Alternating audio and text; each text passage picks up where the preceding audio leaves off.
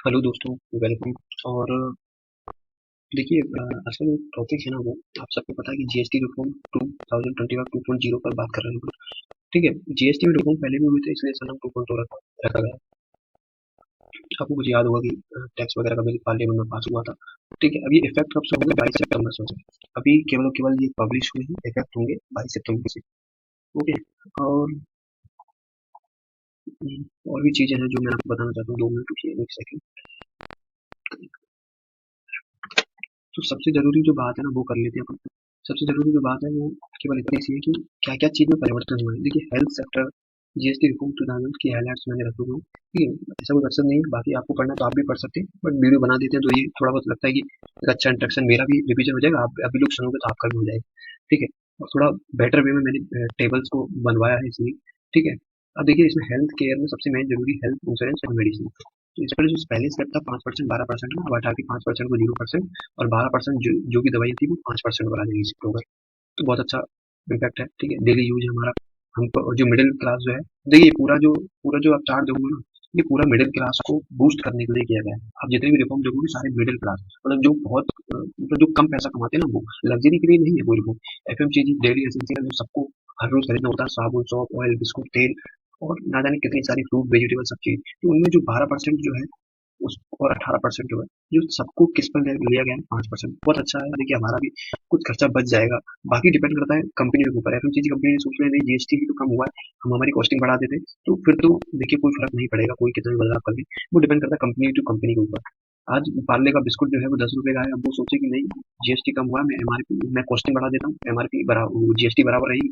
तो फिर तो वो वाली बात होगी कि कुछ भी कर लो, मतलब खाया पिया कुछ नहीं, खाक बराबर।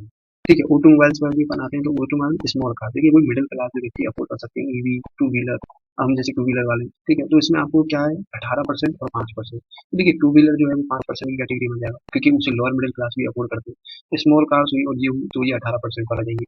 ऐसे एक सिस्टम बनाया गया है। ठीक है। इंफ्रास्ट्रक्चर में सीमेंट सबसे जरूरी होता है, जिसको भी 10% कम दिया गया है, अच्छी बात है।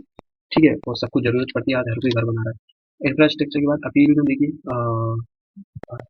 टेक्सटाइल इंडस्ट्री में हैंडलूम और फुटवियर जो 2,500 से कम है, मतलब वही जो सस्ता है, जिसे अफोर्ड किया जा सकता है, उसको 5% पर कर दिया जाएगा। लग्जरी आइटम्स नहीं शामिल किए गए। लग्जरी आइटम आपको पता है कि आप यदि तनिष्क के स्टोर में चले गए, आप यदि किसमें चले गए, क्या कहते हैं उसको, मैं तो जानता भी नहीं हूँ, टेनिस वगैरह कोई कंपनी होती है ना, क्या नाम है उसका, रॉयल जो कंपनी होती है। ठीक है, उनमें यदि आप चले जाओगे तो देखिए वहाँ पर 3,000 की शर्ट मिलती है। मैंने देखा है काफी जगह, मैं मॉल वगैरह में जाऊँ, 3-3 हजार की शर्ट। तो अब वो देखिए महंगी चीजें, लग्जरी आइटम। ठीक है, कोट वगैरह मिलते हैं दाम के, द बॉम्बे शेविंग, ये और भी काफी सारी कंपनियां हैं, जैसे कि बेवाकूफ.com, हालांकि उस पर सस्ते आते हैं पर उसको कुछ आइटम बहुत महंगे हैं। और भी कंपनी है, जैसे कि नाइकी वगैरह भी हुआ, तो बहुत महंगे ब्रांड्स हैं। ठीक है, तो मिडिल क्लास अफोर्ड नहीं करता है। बाकी अफोर्ड करने के लिए इन्होंने सिस्टम रखा है कि जो सस्ते हैं, गुड्स है, उसको ही।